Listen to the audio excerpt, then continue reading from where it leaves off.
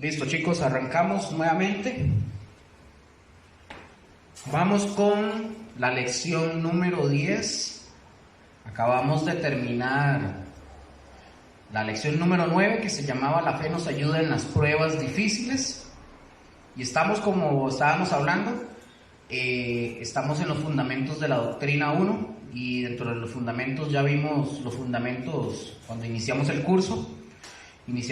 Conocimos el fundamento de la palabra de Dios, el fundamento del arrepentimiento de las obras muertas, y estamos en el tercer fundamento, que es de la fe.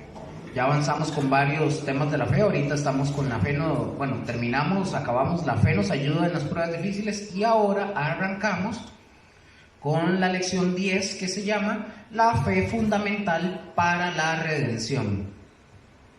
Y ahí en sus cuadernos, si ustedes quieren, pueden anotar la siguiente pregunta: ¿por qué la fe es fundamental para la redención? Y vamos a contestar algunos puntos.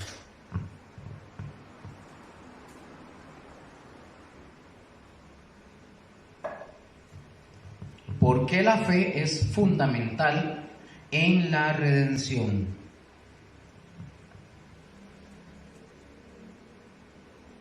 ¿Me dicen amén cuando lo tienen?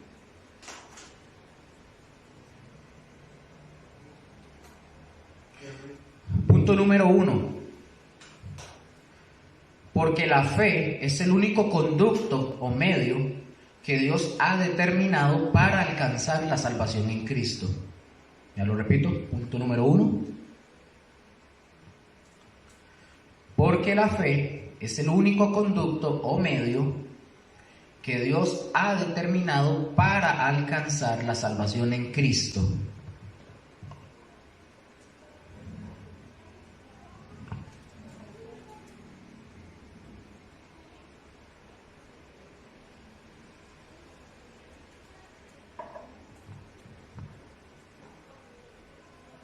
¿Listos? Porque la fe es el único conducto o medio que Dios ha determinado para alcanzar la salvación en Cristo. No existe otra manera. No existe otra manera para que nosotros podamos alcanzar la salvación. La única manera es por medio de la fe, que es el fundamento que estamos estudiando. Y hay quien pueda tal vez decir que la fe es con obras, pero no. La fe genuina, ojo, lógicamente, una fe genuina se va a ver evidenciada por buenas obras, pero no quiere decir que por esas buenas obras se obtiene la salvación. ¿Me di a entender? La salvación la tenemos por la fe puesta ¿en quién? En Cristo Jesús, como lo dice la palabra en Efesios 2. Efesios 2 del 8 al 9, aquí nos aclara esto que estamos hablando. Dice Efesios 2 del 8 al 9. Se los leo.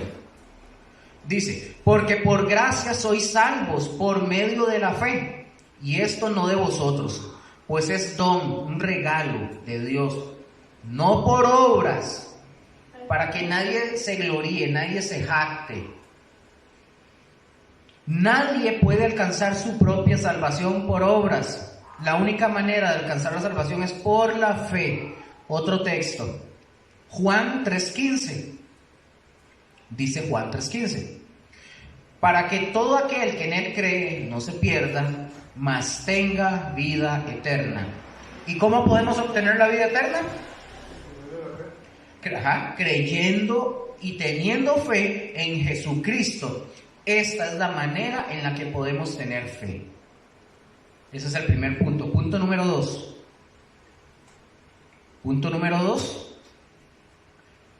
La fe es el primer paso para agradar a Dios. La fe es el primer paso para agradar a Dios.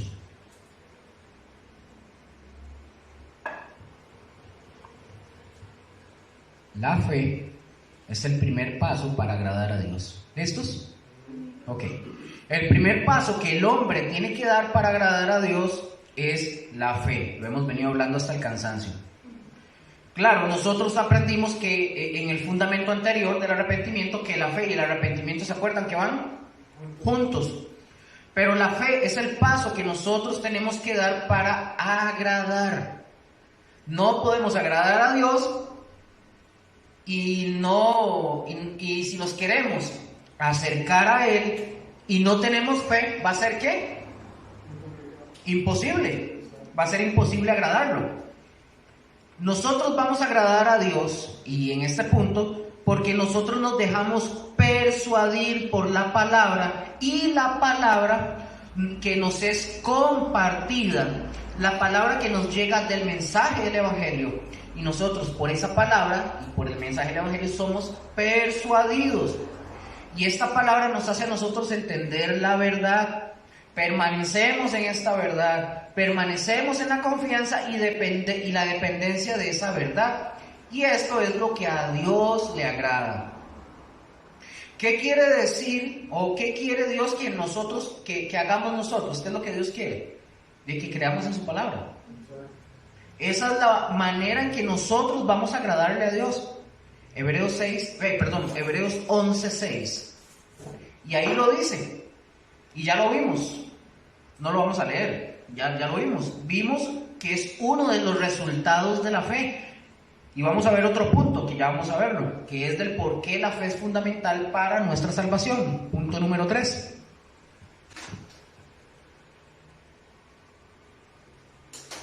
Solo por la fe,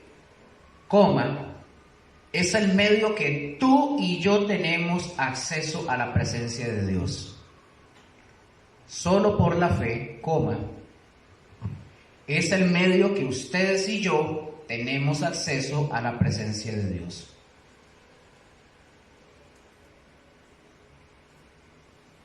¿Repito?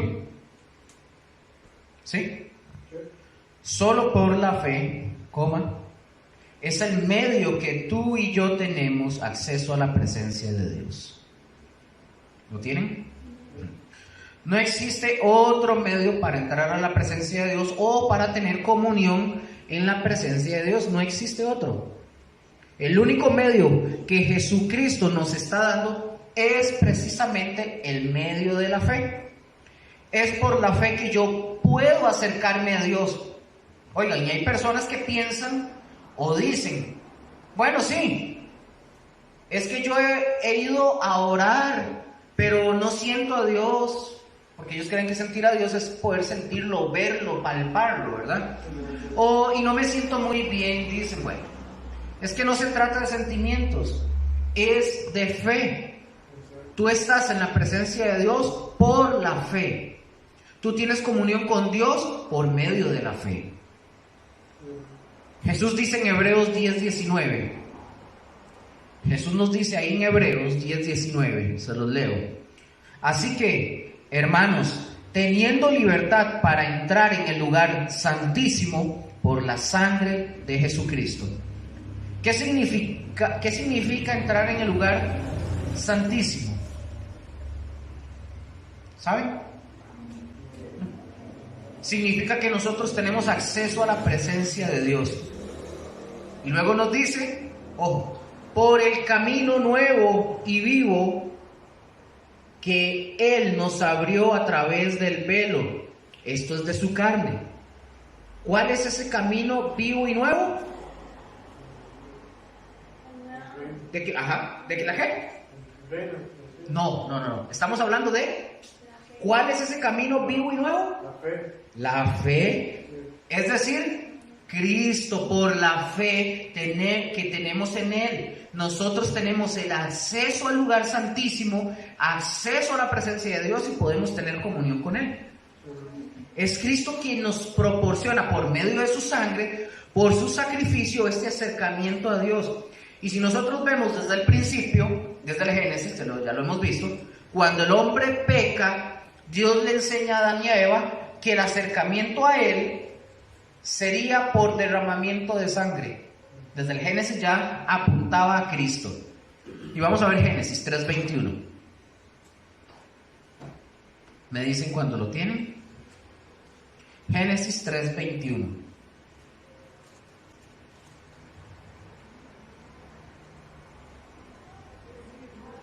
¿Listo? Dice: y Jehová Dios hizo al hombre y a su mujer túnicas de pieles y los vistió. Ahora, ¿qué tiene que ver todo eso? Porque cuando ellos pecaron, ellos se dieron cuenta que estaban desnudos, andaban chingos. Y ellos trataron de esconderse de la presencia de Dios, porque nadie puede. Y dice la palabra que Dios los andaba buscando. O sea, Dios sabía dónde estaban, ¿verdad? O sea, si hay gente que pregunta cómo Dios no sabía, no, Dios sabía. Él quería una respuesta. La cosa es que ellos, para presentarse delante de Dios, ellos hicieron, ¿se acuerdan con qué se vistieron ellos solos? Con unas hojas de higuera. Ellos se las pusieron y trataron de cubrirse. Y ustedes saben que las hojas de higuera tienen una enseñanza. Las hojas de higuera representan las obras que el hombre trata de hacer para agradar a Dios. Es decir, que el hombre estaba tratando de cubrir, con las hojas de la higuera también estaba tratando de cubrir su pecado delante de la presencia de Dios.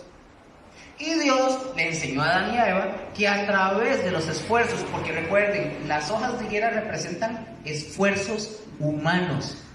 Y Dios les dice a ellos que a través de los esfuerzos humanos, el hombre no se puede acercar a Dios. Nunca. La única manera para acercarse a Dios es que Dios te vista, que Dios te ponga un nuevo vestuario, como lo dice el verso 21. ¿Qué dice el verso 21? ¿Otra vez? ¿Lo pueden leer? Y Jehová Dios hizo al hombre y a su mujer túnicas de pieles y los vistió. Y los vistió. Y cuando Dios los vistió de nuevo, ¿qué tuvo que hacer Dios?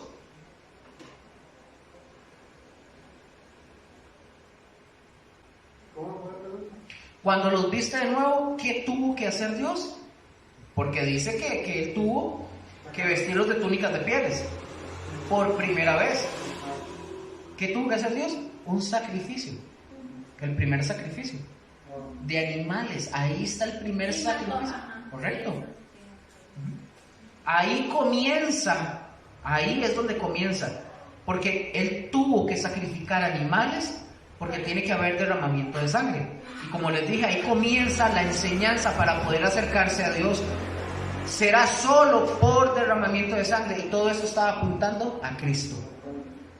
Y es Cristo quien viene por su sangre y nos proporciona a ustedes y a mí este nuevo acercamiento a Dios.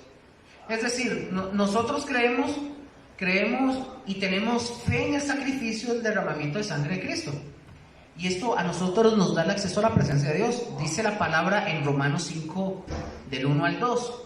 Se los leo. Dice Romanos 5, 1 y 2. Dice: justificados pues por la fe, tenemos paz para con Dios por medio de nuestro Señor Jesucristo, por quien también tenemos entrada por la fe a esta gracia, en la cual estamos firmes y nos gloriamos en la esperanza de la gloria de Dios. Y noten esto, primero me dice que justificados por la fe, es decir, que este es el medio para mi justificación. ¿Qué quiere decir justificación? Que antes yo era culpable, que yo no era inocente. Cristo toma mi lugar de pecado y yo llego a ser delante de Dios inocente, es decir, no culpable. Y al ser justificados por la fe, yo adquiero paz con Dios y yo ya no estoy en enemistad con Dios, ni ustedes. Estamos como amigos y ahora como amigos yo puedo dirigirme a Dios como lo dice el versículo 2. Porque también tenemos entrada por la fe a esta gracia en la cual estamos firmes y nos gloriamos en la esperanza de la gloria de Dios. Y a esta gracia se refiere a la presencia de Dios y estamos firmes en eso. Entonces, el medio para acercarnos a Dios y tener comunión con Dios, no se nos olvide, es por medio ¿de qué? De la fe. Punto 4. Punto 4.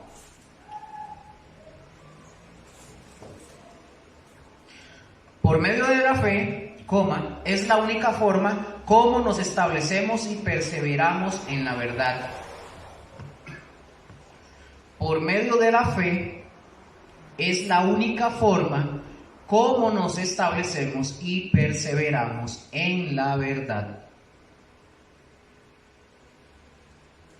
Por medio de la fe es la única forma cómo nos establecemos y perseveramos en la verdad. ¿Lo tienen? Ok. La fe no solo es necesaria para que ustedes y yo tengamos salvación y la redención de nuestra vida. La fe también la necesitamos para ser establecidos y perseverar en la verdad. Esto nos está a nosotros hablando de madurez en nuestra vida cristiana. Si nosotros no nos desarrollamos como personas fuertes, con convicciones fuertes de la verdad de la palabra de Cristo, no vamos a... Si nosotros nos desarrollamos como personas fuertes, con convicciones fuertes de la verdad de la palabra de Cristo, no vamos a ser tan fácilmente movidos por nada. No va a haber nada en nuestras vidas, aunque venga una doctrina errónea, nada va a hacer que nos movamos de eso. Vamos a estar demasiado fuertes y arraigados en las convicciones de la fe. Nada nos va a hacer movernos de donde estamos. Pero no solo una doctrina puede venir, también puede ser una prueba, puede ser una tentación, puede venir una circunstancia a nuestra vida, pero por medio de la fe es que nosotros, si es que usted establece, si usted persevera o nosotros perseveramos en esa verdad, nos hacemos fuertes en la verdad y no nos van a mover, no vamos a poder ser movidos con nada. Al contrario, vamos a ir creciendo y vamos a ir madurando. ¿Por qué? Porque la fe, puse aquí la fa, porque la fe precisamente es el medio para que ustedes y yo nos establezcamos y perseveremos. Vamos a otro punto. ¿Hasta aquí todo bien? Otro punto de la fe. Número 5. La fe, al igual que el arrepentimiento, afecta todas las áreas de nuestra vida. Ese es el punto 5. La fe, al igual que el arrepentimiento, afecta todas las áreas de nuestra vida.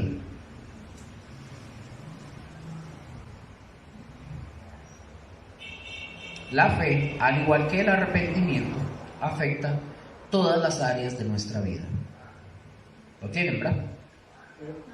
Ok, en el arrepentimiento nosotros vimos cómo afecta todas las áreas de nuestra vida. ¿Se acuerdan que vimos que afecta nuestra mente, nuestro espíritu, nuestra voluntad, ¿qué más? Y nuestras emociones. ¿Se acuerdan? Ahora vamos a ver cómo la fe también afecta esto en nosotros, y vamos a comenzar con la mente. Pueden ponerle como un punto A. La fe afecta nuestra mente. Vamos a ver esos puntos. La fe afecta nuestra mente.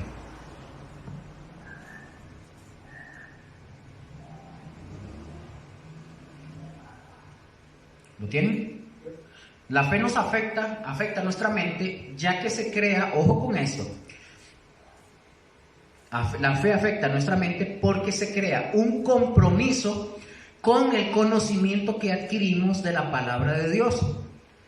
En esto afecta la fe. Se crea un compromiso en el conocimiento que adquirimos de la palabra de Dios.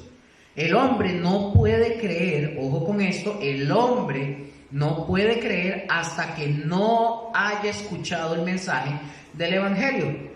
Y mientras no escuche el mensaje, simplemente no puede creer. El hombre debe recibir el conocimiento primero. Y una vez que lo recibe, la mente debe ser informada primero antes de aceptar la verdad.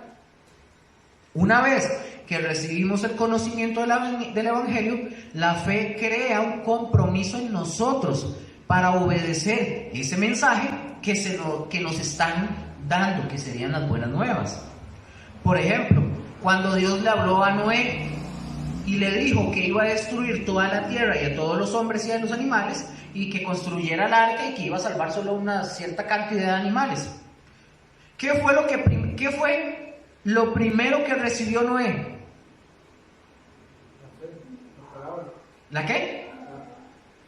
¿La fe o el conocimiento? Correcto. Recibió primero el conocimiento. La palabra de Dios vino a él.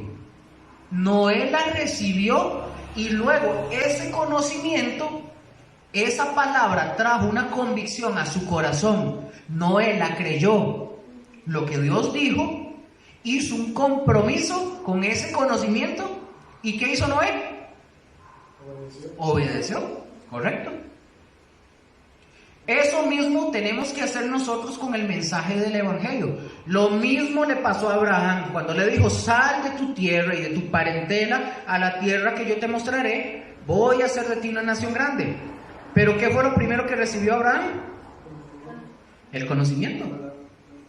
Primero recibió el conocimiento, creyó a ese conocimiento, creyó esa verdad, se comprometió con esa verdad, por lo tanto resultó en obedecer a Dios. Lo mismo con Moisés, lo mismo con Josué, lo mismo con cada uno de nosotros. Alguien nos predicó un día el mensaje del Evangelio. ¿Y qué nos pasó primero? Recibimos el conocimiento, o sea, el mensaje. Luego lo creímos, nos comprometimos con la verdad y el conocimiento que nos dieron resultó en lo que hemos llegado ahorita, a obedecer. Por lo tanto, eso es lo que tenemos, nuestra salvación en Cristo. Ven qué interesante, ¿verdad? No es solamente así, que hacemos las cosas por hacerlas. Vamos a ver qué dice Romanos 10:14. 10:14 en adelante, y les voy diciendo. Por eso es importante predicar el Evangelio. Romanos 10:14, se los leo. 14. ¿Cómo pues invocarán a aquel en el cual no han creído? ¿Y cómo creerán en aquel de quien no han oído?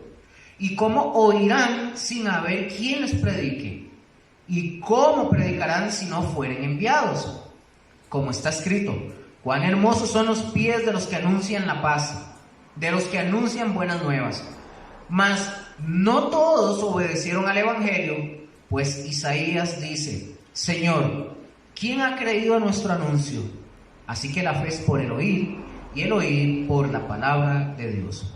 Vamos a anotar aquí la secuencia. Ahí están, véanlo en sus Biblias, ¿verdad? Vamos a ver la secuencia. El Señor dice en Romanos que todo aquel que invocar el nombre del Señor será salvo. Pero si la salvación es por fe, ¿por qué ahora dice que todo aquel que invoque el nombre del Señor será salvo?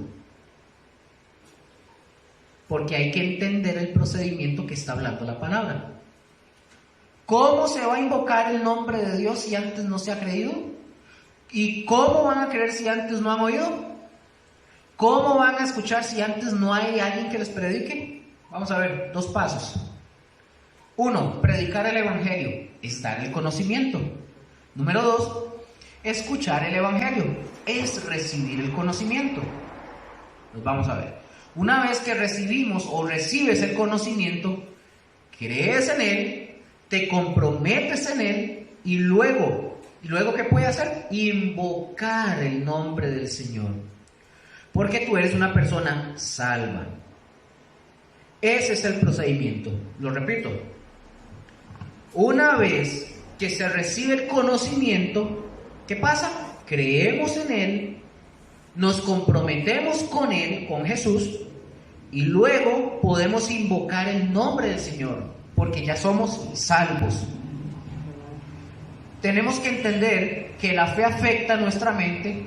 ¿Por qué nuestra mente?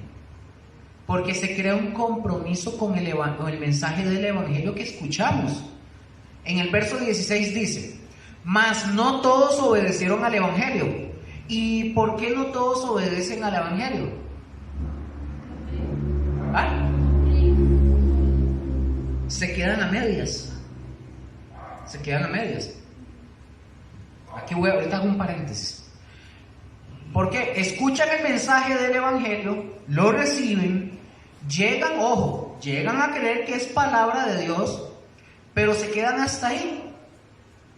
No se comprometen, no obedecen. Por lo tanto, por más que invoquen a Dios, no va a haber respuesta de Dios. Porque no han creído, se lo acabo de decir. Vuelvo y repito, esto sale un poco aquí del hilo. Vuelvo y repito. ¿Cuántos estamos aquí hoy o en las clases de los lunes? ¿Verdad? Aquí solo rescato, digamos, estoy rescatando a mi esposa porque mi esposa sí está llevando el curso, está al día. Igual, ella tiene que hacer examen y tiene que hacer la presentación. O sea, no le sale gratis porque sea mi esposa. Pero ¿qué quiero decirle? ¿Dónde están todos los demás? Vea lo que dice, lo repito. ¿Por qué no todos obedecen al Evangelio? Porque se quedan a medias. Escuchan el mensaje, dicen amén, levantan las manos, cantan, se tiran al piso y ponen los ojos en blanco. Y creen que es palabra de Dios, pero se quedan hasta ahí. ¿Se acuerdan? Usted estuvo aquí el domingo que me tocó a mí hace poquito, ¿verdad? Predicar, Steph. A mí me estaban haciendo unas preguntas que yo les dije, vean para atrás, ¿dónde están todos? Pero usted ve a la gente cuando viene, se vuelven locas. Levantan las manos, gritan gloria a Dios, aleluya, hacen de todo. Pero usted ya no los ve otros domingos. ¿Dónde están todos los demás? Vean qué interesante. Estoy hablando, y eso solamente es de congregarse. Ya hacer esto en lo que estamos ahorita conlleva mayor responsabilidad. Pero bueno, por eso, si no se obedece el Evangelio es porque, escuchen, si no se obedece el Evangelio es porque no han creído al Evangelio. Estoy hablando de cristianos, ¿verdad? No estoy hablando de la gente del mundo. Pero la fe nos compromete. ¿Qué produce el cambio en mi mente? La fe. Me compromete con la palabra que yo escuché. Existen muchas personas, de verdad, que van a escuchar o vienen a escuchar la palabra de Dios, pero no llegan a creer en ella. Y por lo tanto no se va a producir ningún tipo de cambio. La fe genuina produce cambios. Y ese cambio comienza en mi mente. ¿Por qué hay un cambio en mi mente? Porque me llego a comprometer. Acuerdan que yo les dije a ustedes, no por hablar de mí, pero yo les dije, yo tengo un compromiso para con el Señor. Y yo no voy a cambiar ese compromiso por un plato de lentejas. Mi compromiso, aunque estoy sirviéndoles a ustedes o a otros, mi compromiso no es porque ustedes queden contentos conmigo. Me doy a entender, ni con Josué ni con Mónica. Así debería de ser. Entonces hay un compromiso. A mí me pasó esto llegó, la fe llega a un punto que te tiene que persuadir. Tanto que yo llego a comprometerme con la verdad. Por eso estoy aquí. Si no, créanme que estaría viendo tele en la casa. Entonces, ¿por qué hay un cambio en mi mente? Porque me llego a comprometer con la verdad, o con la palabra, o con el conocimiento que ya escuchamos. Y por lo tanto, este compromiso se adquiere en mi mente. Por eso existe la parábola del sembrador. No la vamos a leer porque es muy larga. Está en Mateo 13, del 18 al 23. Pero esta parábola tiene varios sentidos para enseñarnos. Por ejemplo, por un lado, nos va a enseñar que hay diferentes tipos de personas que representan los diferentes tipos de tierra que habla la parábola del sembrador. Eso por un lado. Y por otro lado, para los que siembran. O sea, para los que predican el mensaje del Evangelio. Y esta parábola nos anima para que no nos desanimemos a la hora de predicar el mensaje del Evangelio y que nosotros no veamos resultados. María, la vez pasada estábamos hablando con María y le decíamos, nuestro deber es predicar, Si la gente va a la iglesia, si la gente no va a la iglesia, se convierte o no se convierte, eso no es su problema. Nosotros tenemos que dar el mensaje. A nosotros no nos toca convertir a nadie, ni mucho menos llevarlo a la iglesia. La gente ya una vez que se convierte y de verdad es un genuino convertido y tiene fe verdadera, entiende que tiene que congregarse, sea aquí o sea en otro lado. ¿Estamos? Vamos a ver por dónde me quedé. Así que no nos desanimemos al predicar el mensaje si nosotros no vemos resultados en todas las personas. Porque también nos enseña que no va a haber resultados en todos, solamente en algunos. Esta parábola dice que la semilla, la primera que fue sembrando el sembrador, dice que cayó en el camino, vinieron los pájaros y se comieron ¿qué? La semilla. Y Jesús, cuando la explica, él dice, este es el que fue sembrado junto al camino, el que es, ojo, el que escucha la palabra de Dios y una vez que la escucha, viene el malo y arrebata la palabra que fue sembrada en su mente. ¿Qué quiere decir? No hubo resultado. El otro, la semilla que cayó en pedregales. ¿Quiénes son estos en que cae la semilla en pedregales? Bueno, este es el que oye la palabra de Dios, cree que es palabra de Dios e incluso al momento la recibe con gozo. ¡Aleluya! Yo así, sí, yo lo voy a hacer, me comprometo, yo vengo. Yo me meto, yo voy a ir a estudiar. Yo quiero hacer, yo quiero estar, yo quiero discipularme, yo quiero meterme, yo quiero ir a la escuela, yo quiero, y la recibe. ¿Qué pasa? ¿Ustedes han visto personas así? Yo conocí un montón. Parece que sí creyeron, parece que la fe produjo un cambio en su mente y se comprometieron con ese conocimiento. Parece, ¿verdad? Parece que van a obedecer.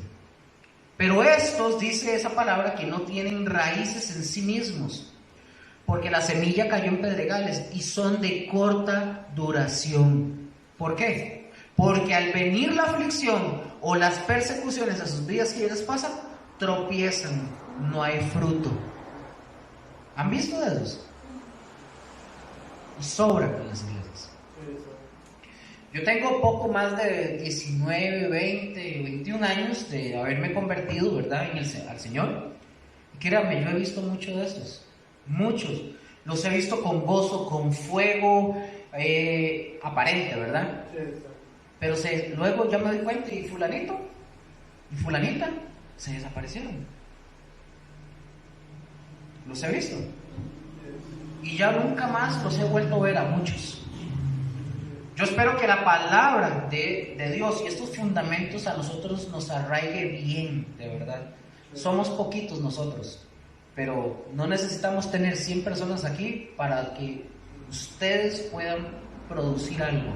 Y yo, obviamente, ¿verdad? Y que nos haga comprender para ser personas bien establecidas y firmes en la verdad del Señor Jesucristo. El tercero, vamos a ver, dice que el tercero fue sembrado entre espinos. Dice que este oye la palabra de Dios. Oigan, si se fijan, si ustedes prestan atención, todos oyen la palabra. Todos. Pero dice que el afán de este siglo y el engaño de las riquezas ahogan la palabra y se hace infructuosa. No hay frutos ni resultados. Y nosotros debemos de cuidar que no seamos este tipo de tierra. Ni la que cae en el camino, ni la que cae en pedregales, ni la que cae entre espinos. Porque no hay frutos. Vamos a ver la última. La última es, dice que, más el que fue sembrado en buena tierra, este es el que oye la palabra, no solo la oye, y la entiende y dice que da fruto. Y no solo da fruto, escuchen, dice que produce al 100, al 60 y hasta el 30. ¿Qué nos enseña esto? Que hay diferentes grados de fruto, pero que al final de cuentas esta tierra produce algo, unos al 100%, otros al 60% y otros al 30%, pero producen. No es el mismo nivel, pero producen. ¿Y qué produjo ese resultado? La semilla, la palabra que se escuchó. ¿Qué pasó? Que se creyó. Vamos a ver, a nosotros nos tuvo que haber pasado igual. Esa palabra se creyó, nos comprometimos y por lo tanto resultó en hacer. Me di a entender hasta acá. Entonces ya vimos la mente y cómo nos afecta la mente, ¿verdad? El tema de la fe. Ahora vamos a ver cómo nos afectan las emociones. La fe afecta nuestras emociones de tal manera que somos movidos a desear y abrazar la verdad para ser cambiados en las emociones, o sea, cambiando las emociones. ¿Qué sucedía cuando nosotros no estábamos en Cristo? No teníamos ni siquiera ganas de ir a la Biblia, ni siquiera la entendíamos, no queríamos ni leerla, no entendíamos nada. Pero una vez que ustedes y yo, por la fe, creímos en el Señor, la fe afecta nuestras emociones a tal punto que somos movidos por esa fe a desear abrazar la palabra de la verdad para ser cambiados. Y cada día esto produce hambre y sed por la palabra. Dice Primera de Pedro 2:2. Vamos a ver algunos versículos de cómo cambia este deseo. Primera de Pedro 2:2 dice: desead como niños recién nacidos la leche espiritual no adulterada, para que por ella crezcáis para salvación. Aquí la palabra nos pone una metáfora y nos dice: desead como niños recién nacidos la leche espiritual no adulterada. Pregunto, ¿han visto un bebé recién nacido con hambre ustedes? Bueno, la palabra de Dios dice que si usted tiene la fe en Jesucristo, esta fe debe de afectar de tal manera nuestras emociones que debemos de tener ese mismo deseo por la leche espiritual, o sea, la palabra de Dios, por el alimento que sostiene espiritualmente. Pero aquí hay una clave que dice la leche espiritual no adulterada, porque hay leche espiritual, es decir, palabra de Dios, que está adulterada. Hay palabra de Dios que no es el mensaje del Evangelio. Hay palabra de Dios que no es palabra de Dios, que es el conocimiento del hombre. Son ideas del hombre o filosofías que el hombre ha tomado de otros libros o de otros hombres y los mete a la iglesia. Son filosofías de hombres que no producen cambio en nuestras emociones. No producen nada. Así que esta palabra desear significa en el original o en el origen anhelar o desear intensamente. Y si usted, David, Estefanía y yo y los que vayan a estar, estamos aquí por escuchar y aprender de la palabra, es porque ustedes y yo deseamos más de la palabra de Dios. Yo se los he dicho, porque venir acá no es a que me vengan a ver a mí. Y estar este rato aquí, que a veces es hora y media, a veces son 2 horas y un poquito. Es bastante cansado. Entonces, pero hay un deseo. ¿Y saben quién produce ese deseo? ¿O qué produce ese deseo? ¿Ah? No, ¿qué produce ese deseo? La fe. La fe en el Señor Jesucristo. Salmo 119:20. Salmo 119:20. Esto es toda una verdad que se nota claramente que las emociones han sido afectadas por la fe. Se los leo. Dice, Salmo 119:20. Dice: quebrantada está mi alma de desear tus juicios en todo tiempo. Aquí esta palabra, juicio, significa la ley, los mandamientos y la palabra de Dios.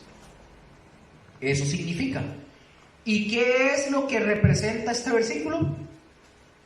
Nos está representando el gran deseo que tiene el salmista por la ley y por los mandamientos de Dios y de su palabra. Ese deseo es lo que está expresando él ahí. Y en los cuales estos deseos llega a experimentar un quebrantamiento, es decir, nosotros por desear la palabra de Dios y al experimentar este deseo de ir a la palabra de Dios y comerla, ¿qué produce en nosotros? Quebrantamiento. Porque hay muchas áreas de nuestra vida que a la hora de ir a la palabra, ¿qué hace la palabra? Nos desnuda y nos expone. Porque la palabra de Dios es como un espejo.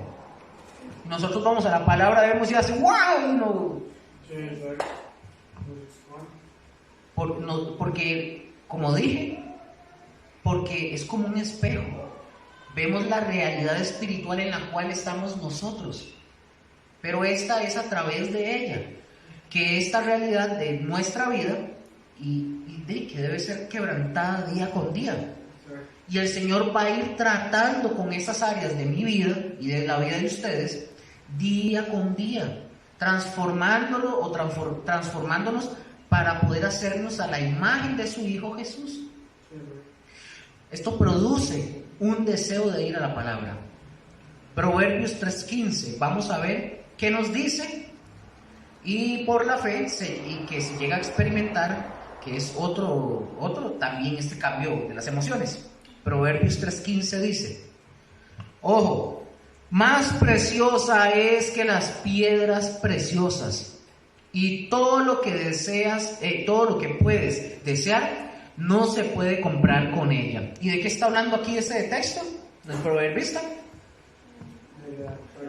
De la sabiduría, correcto. Aquí habla de la sabiduría de Dios. ¿Y dónde la encontramos? Esa sabiduría en la palabra de Dios, y la sabiduría está en la palabra de Dios. Y yo puedo interpretar esto así. Si leemos este versículo, dice: y la palabra de Dios es mucho más preciosa que las piedras preciosas. Porque dice, más preciosa es. Esa está hablando de la sabiduría de Dios que está en la palabra. Y la palabra de Dios es mucho más preciosa que el diamante más caro que pueda existir en el mundo. Ojo, porque el diamante más caro que hay en el mundo no te va a dar la sabiduría. No te la va a dar. La sabiduría que Dios sí te puede dar.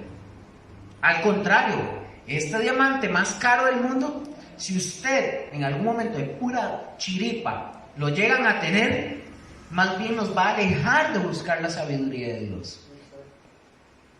Por eso andamos en plata. Nada que ver. La sabiduría de Dios va a producir en nosotros cosas diferentes. Por eso dice que es más preciosa que las piedras preciosas. Y todo lo que nosotros podamos desear no se puede comparar a la sabiduría de Dios. ¿Qué es lo que más, les pregunto, qué es lo que ustedes más pueden desear en la vida? Tener en la vida. Lo que ustedes puedan pensar: carro, casa, plata. Algunos dirían mujeres. Yo no creo, con un montón de suegras no. Por eso, un montón. Ustedes pueden decirme qué es lo que más quieren, pero al final de cuentas dice que es mejor la sabiduría. La palabra de Dios, porque la fe va a producir un deseo para que ustedes y yo lleguemos a entender que no hay cosa más valiosa que lo que podemos encontrar en la palabra, que lo que podamos encontrar en la palabra de Dios. Cuando llegamos a adquirir sabiduría, nosotros nos damos cuenta que no hay oro y no hay ningún metal, no hay ningún valor en el mundo que pueda cubrir el valor que tiene la palabra de Dios y la sabiduría de Dios y lo que produce esta en nuestra vida. Nada. Ahora, vamos a ver lo que produce la fe en mi voluntad. Y la fe afecta mi voluntad de tal manera que somos movidos a tomar decisiones que nos comprometen con la voluntad de Dios. Es decir, antes de la fe, antes de que nosotros tuviéramos fe, que adquiriéramos el conocimiento de la predicación del Evangelio, nosotros tomábamos cada decisión que no estaban sustentadas por la voluntad de Dios. Pero por la fe, nuestra voluntad está tan afectada que ahora aprendemos a ser movidos y a tomar decisiones que están relacionadas con la palabra de Dios. Por ejemplo, la fe nos impulsa a la obediencia que Cristo nos demanda. ¿Qué hace la fe? Cuando escuchamos un mensaje, que es la palabra de Dios, la fe me va a llevar a mí a obedecer. Es decir, yo tomo la decisión de obedecer o no obedecer. Pero la fe nos va a llevar a que obedezcamos el mensaje que oímos. Vuelvo y pregunto, cuando venimos los domingos o los jueves o los días que venimos, no lo estoy diciendo por ustedes, pero ustedes agárrenla en el aire. ¿Cuántas veces no se ha dicho aquí? Involúcrense, estar discipulado. Y aquí la gente solo viene a escuchar qué se dice aquí. Y salen y siguen viviendo su vida normal. No quieren involucrarse. No hay un cambio genuino. O sea, vienen y escuchan porque dice que la fe nos lleva a obedecer el mensaje que oímos.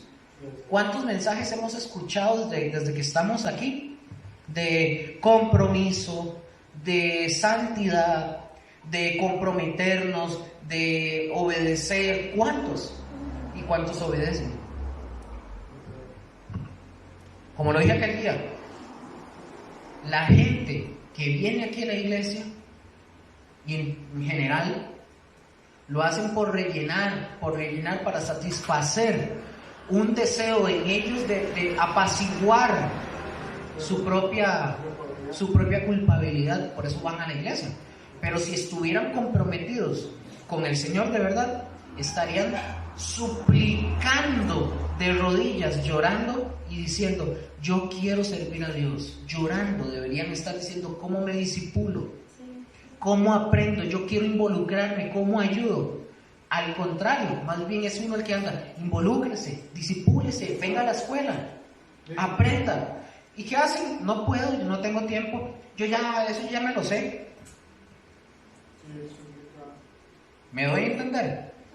Vean todo lo que hemos venido hablando con respecto a la fe. Aquí, si ustedes quieren hacer memoria, no digan nombres, pero ustedes pueden imaginarse un montón de personas que ustedes los ven y dicen que ellos tienen fe, pero no están aquí. Y yo les dije a ustedes que estar acá es voluntario, pero es un sacrificio porque venimos a aprender de lo que Dios quiere que aprendamos.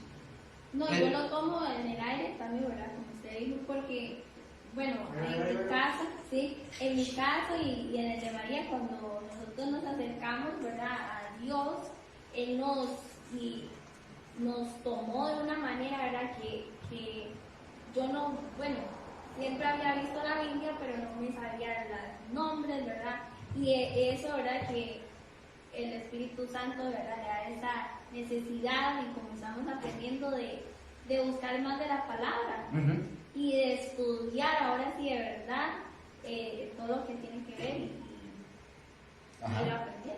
Correcto, y de eso se trata. Por eso yo digo, yo veo la fe se demuestra. La fe se demuestra. Yo no puedo decir que tengo fe y que me vengan y me digan: bueno, usted quiere servir, quiere involucrarse. No puedo. Yo no voy a servirle, yo lo he dicho muchas veces, yo no es que le sirva a José y a Mónica, yo no le sirvo a José, yo le sirvo al Señor. Por defecto, uno le sirve a la gente. Entonces, por eso yo le dije, lo dije que se los he dicho, estar aquí es cansado. Y no solamente para ustedes, preparar esto es cansado. Esto lleva su trabajo, lleva muchas cosas. Ahora, no por el trabajo, pero más que todo que uno dice, es por el compromiso que hemos adquirido. Es el compromiso que tenemos para con Dios. Porque si no tuviera, voy a hablar de mí, si no tuviera ese compromiso, ¿yo qué tengo que estar haciendo aquí? Si no tengo ese compromiso, ni nada, básicamente. ¿Estamos? Entonces dice, pero la fe te va a llevar a que obedezcas el mensaje que oímos. Por esta fe también nos vemos envueltos en los planes de la voluntad de Dios. Por ejemplo, antes ustedes y yo decidíamos buscar lo que era buscar nuestra propia voluntad. Eso lo hacíamos nosotros, decidíamos qué hacer. Pero ahora en Cristo, como la fe afecta nuestra voluntad, nosotros vamos a ir aprendiendo que todo lo que debemos hacer en esta vida, en las decisiones, que las decisiones deben estar basadas en la voluntad de Dios. Por ejemplo, para que nos demos cuenta cómo la fe nos mueve a esto, veamos Hechos 2:37. Vamos a ver un ejemplo. Hechos 2:37, se los voy a leer. Vamos a ver este caso con Pedro. Dice, Hechos 2:37. Al oír esto, se compungieron de corazón y dijeron a Pedro y a los otros apóstoles: Varones hermanos, hay una pregunta ahí. ¿Qué haremos? ¿Qué fue lo que pasó aquí? ¿Se acuerdan en este momento que estaban los 120 en el aposento alto? Dice que vino como un estruendo y que todos los que estaban ahí fueron llenos con el Espíritu Santo y empezaron a hablar en lenguas, etcétera, etcétera. Y que luego unos dicen, es que están borrachos, ¿verdad? Decían. No. Aquí vemos, y Pedro, ¿qué pasa ahí? Pedro se levanta y Pedro les dice, no, suave, compitas, nadie está borracho. Lo que pasa es que se ha cumplido lo que la Escritura dice en el profeta Joel. Y cuando él termina de predicarles, Pedro, a las personas, ustedes lo pueden ver en todo el capítulo 2, la gente responde de esa manera, como lo dice el versículo 7. Al oír esto, ¿qué es esto? ¿Qué fue lo que oyeron? El mensaje del Evangelio. Lo oyeron. Cuando escucharon ese mensaje, ¿qué es el mensaje? El conocimiento. Les llegó el conocimiento del Evangelio que Pedro les predicó. Lo leo otra vez. Al oír esto, es decir, el mensaje, el conocimiento, se compungieron de corazón y le dijeron a Pedro y a los otros apóstoles: varones hermanos, ¿qué haremos? Vean cómo afectó su voluntad. Varones hermanos, ellos dicen, ¿qué haremos? Les afectó la voluntad. Versículo 38. Pedro les dijo: arrepentíos y bautícese cada uno de vosotros en el nombre de Jesucristo para perdón de pecados y recibiréis el don del Espíritu Santo. 39. Porque para vosotros es la promesa, y para vuestros hijos, y para todos los que están lejos, y para cuantos el Señor nuestro Dios llamare. Afectó la voluntad de esos hombres. ¿Qué haremos? Pero veamos esta palabra, hay que considerar una palabra interesante ahí. Compungieron. ¿Qué significa la palabra compungieron? Es decir, que se creó una fuerte emoción que los llevó a reconocer la condición en la que se encontraban. Por eso se compungieron. Y esto los llevó a la vez a tomar una decisión. Vean que la fe o el escuchar el mensaje los llevó a tomar una decisión. Se compungieron, hubo una emoción. ¿Afectó la emoción el mensaje? Sí. ¿Y qué hicieron con el mensaje? Los llevó a tomar una decisión. Porque Pedro les predica, ¿y qué Pedro les dice? Bueno, ustedes tienen que arrepentirse, creer en el Señor Jesús y bautizarse y van a ser salvos. Por eso ellos preguntaron, ¿qué haremos? Y podemos ver cómo la fe produce y afecta, ¿sí?, nuestra voluntad, que nos lleva a comprometernos y a decidir acerca de la voluntad de Dios, porque ellos podían no decidirlo. En Hechos 16:30 al 31, otro ejemplo de esto. Hechos 16:30 al 31, que es afectado en nuestra voluntad. ¿Qué pasó aquí? Pablo y Silas están en la cárcel. Estando en la cárcel comienzan a cantar, ¿se acuerdan de esa ocasión? A alabar al Señor, y dice que hubo un terremoto. Todas las puertas de los prisioneros se abrieron, las cadenas se soltaron, bueno, son sueltos, y los cepos son ¿sí? Los cepos son sueltos. Cuando esto sucede, dice que el carcelero que los estaba cuidando toma su espada y se iba a matar.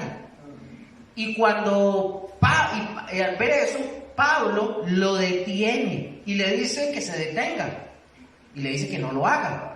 Entonces, escuchen esto, entonces el carcelero dice que sacándolos fuera de la prisión, les dijo: señores, note el cambio de la voluntad.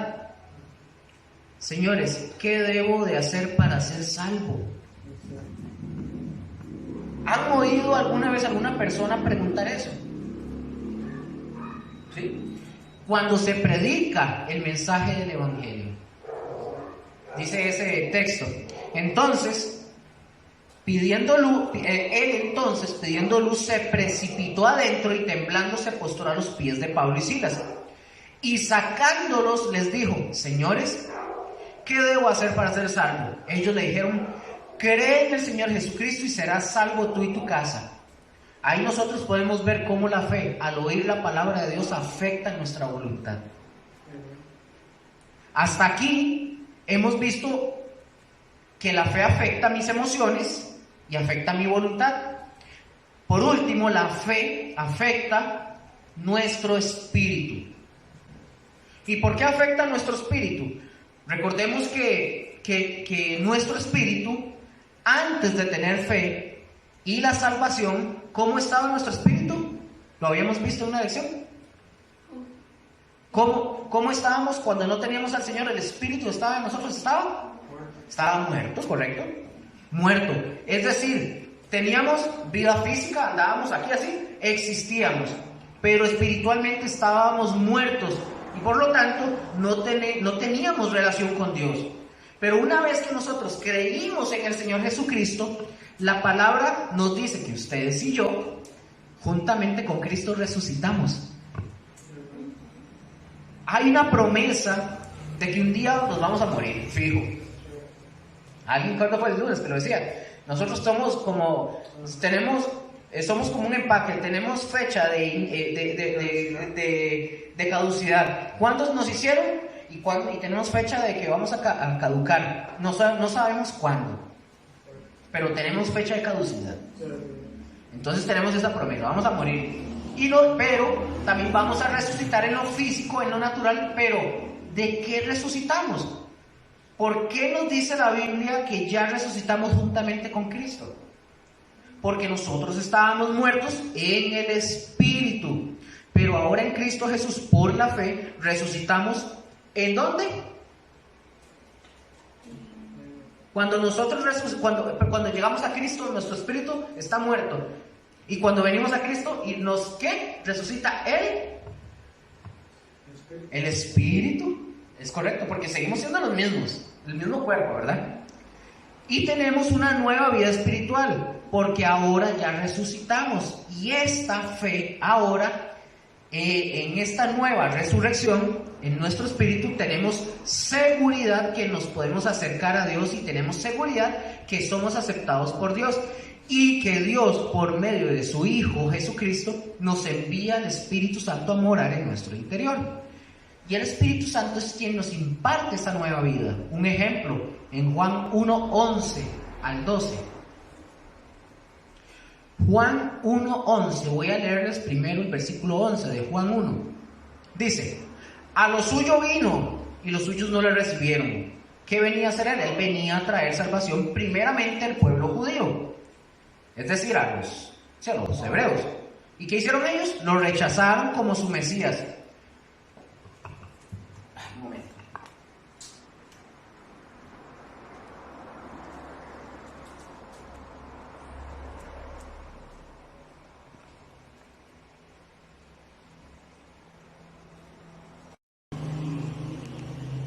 Ok, entonces quedamos, un momentito. Bueno, entonces ellos, ¿qué pasó? Los judíos lo rechazaron como su Mesías, pero luego vamos a ver el versículo 12, ahora sí, de Juan 1. Dice, Juan 1:12, mas a todos los que le recibieron, a los que creen en su nombre, les dio potestad de ser hechos hijos de Dios, los cuales no son engendrados de sangre, ni de voluntad de carne, ni de voluntad de varón, sino de Dios. Ahí está hablando cómo la fe afecta a mi espíritu, porque ahora yo soy adoptado como un hijo de Dios. Él me engendra y yo nazco de nuevo. Tengo una nueva vida espiritual. Mi espíritu estaba muerto, podrido, olía feo, pero ahora está vivo y ahora puedo relacionarme con Dios. Y ya no como un extraño, sino como un miembro de su familia, porque soy hecho un hijo de Dios. Esto es lo que afecta la fe en todo nuestro ser. Les hago una pregunta. ¿La fe es contraria al conocimiento? Piensen bien. ¿Cómo? ¿La fe es contraria al conocimiento? Les pregunto eso porque hay gente que dice que la mucha letra mata. porque no interpretan bien a qué se refiere la mucha letra mata. Entonces interpretan que no hay que estudiar y que el conocimiento es malo. ¿La fe es contraria al conocimiento? No. ¿Y usted, Estefanía? No, es correcto. Más bien, la fe está basada en el conocimiento, pero ¿conocimiento de qué? De la palabra de Dios, correcto. Esa es la base de la fe. Nuestra fe tiene una base. Nuestra fe no está en María, en la Virgen María, ¿verdad? Para que no piense que es la hermana de Estefanía. Nuestra fe no está en la Virgen María, no está puesta en el Padre Pío. Nuestra fe no está puesta en el nombre de una iglesia. Nuestra fe está basada, está sustentada en la palabra de Dios, y la palabra de Dios es la verdad absoluta. Algunos dicen, ¿cuál es la verdad? Bueno, los que llaman, por ejemplo, los que se llaman los famosos testigos de Jehová, dicen que ellos tienen la verdad. Aquellos, los mormones, ellos dicen que tienen la verdad. Los evangélicos dicen tener la verdad. Los pentecostales dicen tener la verdad. Luego los luteranos dicen tener la verdad. Los bautistas dicen tener la verdad. Los judio-mesiánicos dicen tener la verdad. Los calvinistas dicen que tienen la verdad. Los católicos dicen que tienen la verdad. Pero suave, ¿quién es la verdad? Juan 14:6. Dice Jesús: yo soy el camino, yo soy la verdad y la vida. Y vean bien, porque esto tiene algo bien interesante. Y nadie viene al Padre, o sea, a Dios, si no es por mí. Y Cristo dice: yo soy el camino. ¿El camino para qué? Para ir al Padre. Yo soy la verdad. ¿Cuál verdad? La única verdad absoluta que me lleva al Padre. Y esta verdad está ¿en dónde? En la palabra, en la Biblia. Luego dice: yo soy la vida. ¿Cuál vida? La vida que solo Cristo nos otorga, y con la cual ustedes y yo podemos llegar y estar al lado del Padre por toda la eternidad. Porque la vida que Cristo nos dio vino a traer vida eterna. No es la vida del hombre, es la vida Zoe. ¿Se acuerdan del griego? Como mi hija, se llama Gianna Zoe. Del griego Zoe, que significa la misma vida de Dios, la vida que proviene de Dios. Es como dice la segunda parte de Juan 10:10. Dice Juan 10:10, pero en la segunda parte: yo he venido para que tengan vida, es decir, Zoe, yo he venido para que tengan la misma vida de Dios, Zoe, la esencia de la vida de Dios, para que la tengan en abundancia. La vida eterna, y escuchen esto, grábense en esto, la vida eterna no es cuando ustedes se mueren o yo me muera. La vida eterna la comenzamos a vivir aquí y ahora, porque la gente tiene la idea de que, no, cuando yo me muera voy a tener vida eterna. La vida, el gozo el paraíso, lo vivimos aquí.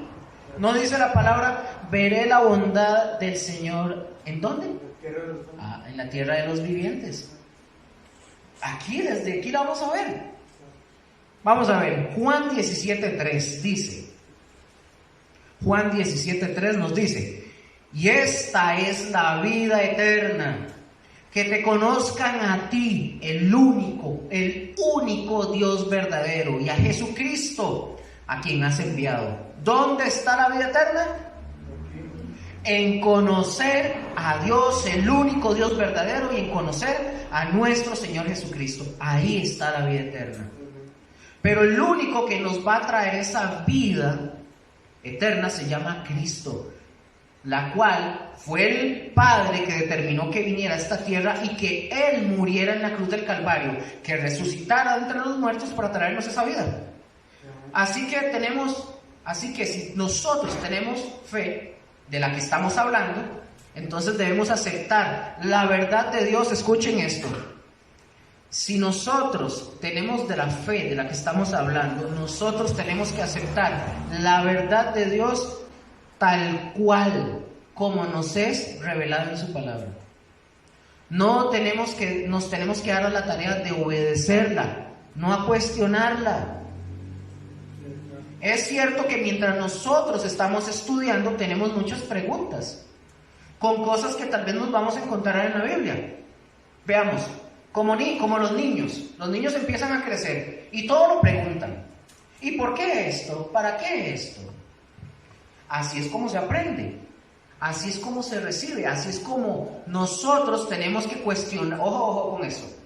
Así es como nosotros tenemos que cuestionar la palabra de Dios, pero no cuestionarla para desacreditarlas, sino cuestionarla para aprender de lo que ella nos quiere dar para que aprendamos.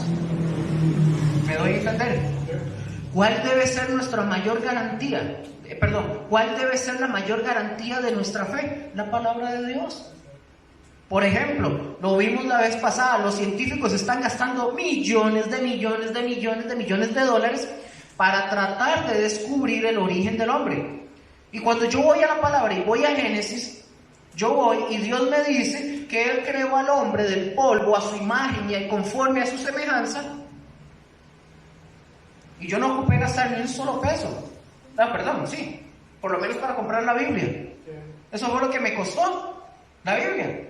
Es más difícil creer todas las teorías de ellos, la teoría evolucionista, que venimos del mono, que por una explosión. Es más difícil creer eso que creer lo que la palabra de Dios nos dice a nosotros. Es más fácil creer la palabra de Dios que ese montón de teorías. Pero a veces hay hombres que creen más esas cosas. ¿Y cuál es la garantía de mi fe? La palabra de Dios. Porque creen que los dice, los hizo un pegado. Dijeron así pegar, por favor. Sí, están solos.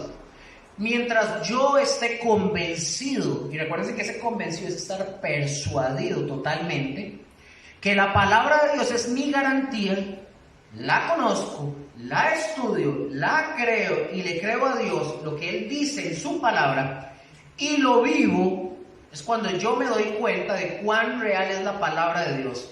Hay que vivirla, hay que obedecerla, ya la creímos, pero hay que obedecerla para darnos cuenta de que esta es nuestra más grande garantía. Y con eso ya termino. La mayor garantía que tenemos ustedes y yo será siempre nuestro Señor. Un Dios que está vivo, que es verdadero. El Dios de Abraham, el de Moisés, que dice la Biblia que abrió el mar rojo. El Dios de Josué, que derribó ¿qué? Los muros de Jericó. El Dios de Gedeón, que lo mandó ¿qué? ¿Con cuántos? ¿A pelear? Con 300. Y lo hizo vencer a un ejército gigante. Imagínense. Que abrió el río Jordán también. Ese Dios es el Dios de nosotros. Es el mismo de ayer, de hoy y por siempre. Y ese Dios nos ha dejado su testamento, que es la palabra de Dios, la Biblia. Y aquí es donde debemos de tener puesta nuestra fe en eso. Amén. Acá acabamos, chiquillos, y la próxima semana, les recuerdo, tenemos una lección más y después de la lección, el examen de fundamentos. Terminamos ya este. Buenas noches.